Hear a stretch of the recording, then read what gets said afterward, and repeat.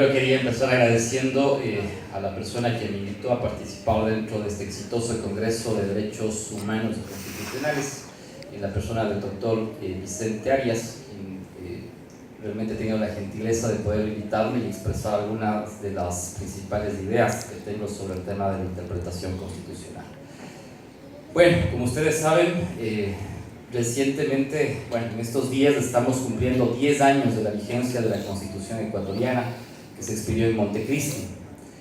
Y creo que una de las tareas trascendentales que tenemos, tanto los constitucionalistas o quienes en este caso trabajamos dentro del sistema de administración de la justicia constitucional, es justamente ir haciendo un balance y creo que ir generando críticas sobre cómo se ha interpretado la Constitución y obviamente sobre el funcionamiento de la justicia constitucional.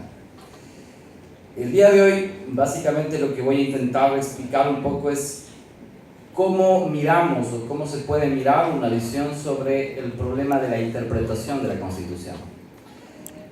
Obviamente, la perspectiva teórica o la perspectiva metodológica que he tomado es una perspectiva justamente realista, ¿no? Un poco más desde la visión judicial y desde la visión obviamente de los jueces, ¿no? En ese sentido, como digo, me parece súper importante de que se desarrolle un congreso de este tipo, porque creo que después de 10 años es necesario ir haciendo realmente creo que un mea culpa también de quienes estamos dentro de la administración de justicia o quienes en este caso ejercemos la cátedra o quienes en realidad todos los días, ¿no es cierto?, enfrentamos los problemas de la justicia constitucional. Y no solo tiene que ver con la Corte Constitucional. Justamente hoy comentaba a mis estudiantes y les decía, miren, hay un problema fundamental. La democracia constitucional como tal solamente puede sobrevivir si existe una Corte Constitucional. Si no hay una Corte Constitucional, no hay democracia constitucional. Lamentablemente hoy, con esta supuesta vigencia de esta vacancia constitucional, lo que acudimos también es en realidad a la inexistencia de la democracia constitucional. Parece que fuera algo que obviamente en el Ecuador parece que fuera algo normal, pero si uno ve realmente a nivel internacional es algo casi desastroso, es algo lamentable que nos hayamos quedado sin una Corte Constitucional. Más allá de que la Corte Constitucional tenga o no tenga las críticas, de que haya sido o no parcializada con un movimiento político o con, en este caso, una ideología política, más allá de eso, la Corte Constitucional es necesaria, como decía, para garantizar el Estado constitucional. Bien, con esa primera reflexión, la idea un poco es trabajar sobre interpretación constitucional. Para eso, básicamente, voy a plantear algunas tesis bajo las cuales voy a empezar mi exposición. Bueno, la primera es que voy a tomar algunos autores que me parecen importantes para lo que es la interpretación constitucional. Sobre todo, autores que se denominan de la corriente realista del derecho. Autores, en este caso, como Carl Llewellyn, como Alf Ross, como Ricardo Guastini y Pierluigi Casoni, que son en este caso autores del realismo jurídico. Y bajo esos autores un poco lo que iré retratando es las principales tesis sobre la interpretación constitucional en el Ecuador. ¿Sí? Bueno, empiezo con una pequeña cita que es de nuestro querido Hans Kelsen, ¿no?, que siempre lo hemos escuchado muy cotidianamente en las facultades de jurisprudencia, ¿no? La interpretación es acto de voluntad y no de conocimiento. Hans Kelsen, su la teoría de la interpretación desde el año 34, ¿no?, en la cual Kelsen ya señala que la interpretación no es un problema objetivo, no es un problema de la cognoscibilidad, sino es un problema de la decisión. Eso quiere decir que mucho de lo que pase en el sentido de la interpretación de la Constitución es un problema de la decisión de los intérpretes, ¿no?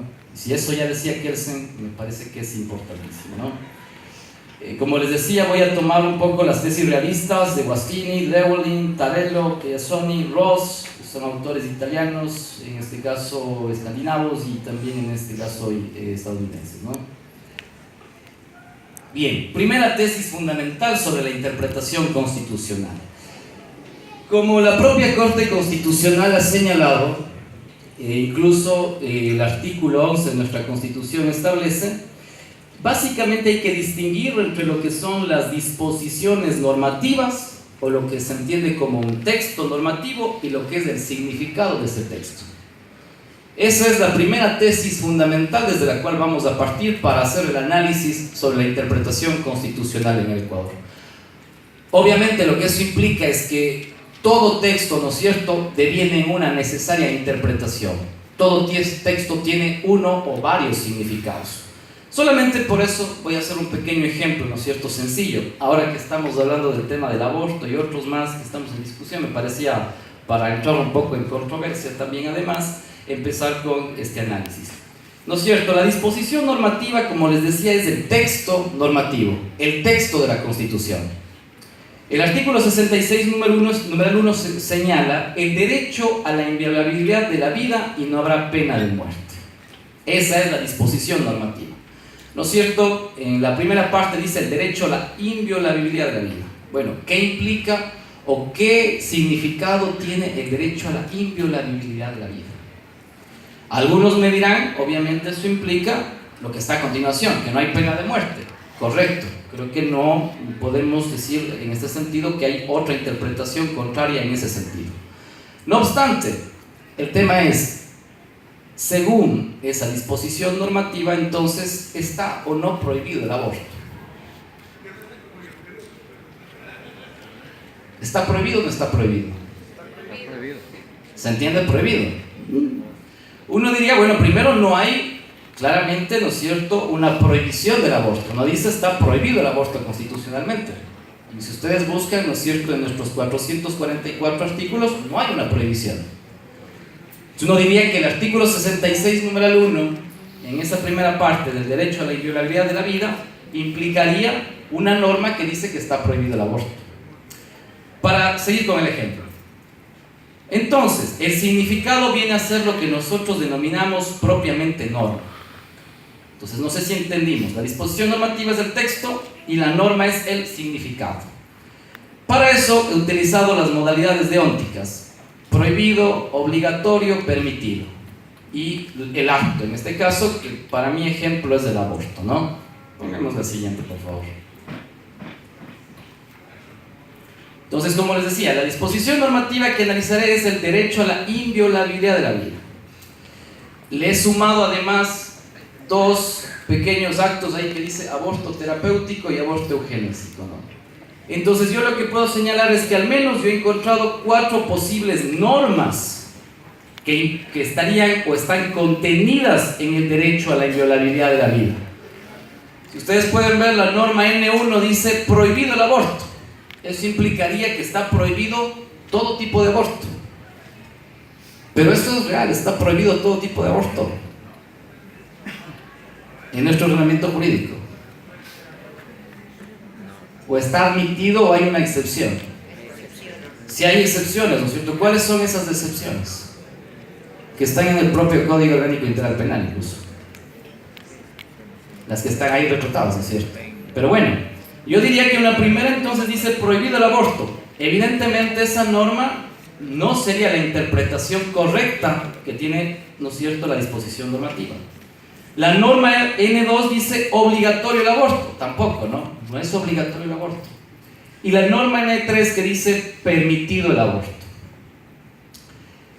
Finalmente tengo una norma N4 que dice prohibido el aborto, en este caso, excepto el aborto terapéutico y el aborto eugenésico. Esa es básicamente la interpretación que también el legislador le ha dado a la Constitución, ¿no es cierto? Diciendo, sí, está prohibido el aborto, excepto en el caso del aborto terapéutico y eugenésico. Y obviamente esa es la norma vigente. No obstante, la Corte Constitucional, el intérprete máximo de la Constitución, podría decir, alguno de estos días, decir, no, realmente el derecho a la inviolabilidad de la vida implica que hay una permisión del aborto.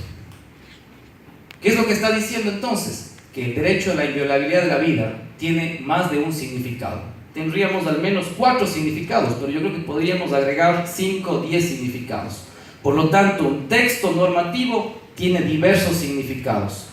Y luego era el problema. El tema es quién escoge el significado, entonces, final de la interpretación de esa norma. Obviamente, como ustedes saben, el 436 determina que el máximo intérprete de la Constitución es la Corte Constitucional. Entonces, esta es la primera tesis que he señalado. Una cosa es hablar de disposiciones normativas y otra es hablar del significado o de propiamente lo que es una norma. Por lo tanto, un texto normativo tiene diversas normas y están contenidas en el texto constitucional. Bien. La segunda tesis tiene que ver también un poco con la primera, que tiene que ver con la carencia de un significado objetivo en las palabras, enunciados u otros textos normativos. Obviamente, de nuevo regreso con solamente como ejemplo, ¿no? Digo, prohibido P, ¿no? ¿Qué es prohibido P? Prohibido vehículos en el parque.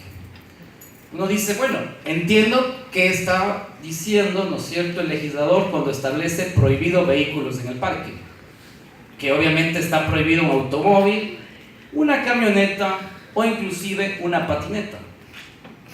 Pero ¿está prohibido, por ejemplo, una bicicleta en el parque?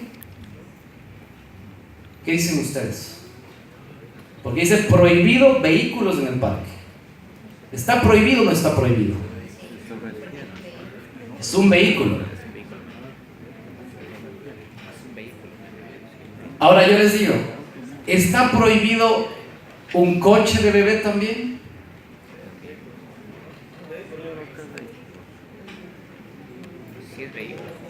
Eso no es un vehículo, un coche de bebé. No digo un automotor, dije un vehículo. ¿Está o no está prohibida una silla de ruedas?